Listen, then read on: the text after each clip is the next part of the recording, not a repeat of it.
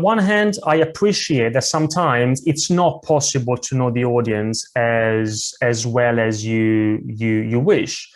But the big problem I see is that sometimes, often, there is something we can do. There are some questions we can ask ourselves for us to be better prepared, and we simply don't do it. Now, for example, some of the questions you may want to ask yourself to make sure that your presentations are related to your target group are, okay, who are the key people in the audience? Which company do they work for? What are their job titles? What are the levels of seniority in the audience? What's the level of education or industry knowledge or in general knowledge about your subject within the audience?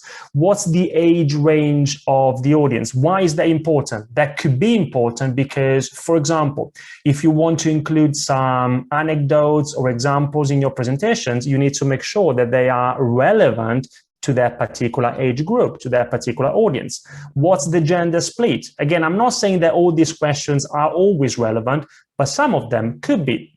What nationalities? Are there any ethnic groups that, again, could be relevant? Is there a second audience? Is there somebody who is not part of the audience who will need to know about your presentation? Again, that's something that could be useful to know. Also, you talked about research. For example, what I often do, I do research on LinkedIn. Again, it's not always possible, but can you do some research on LinkedIn to try and understand as much as possible about the audience?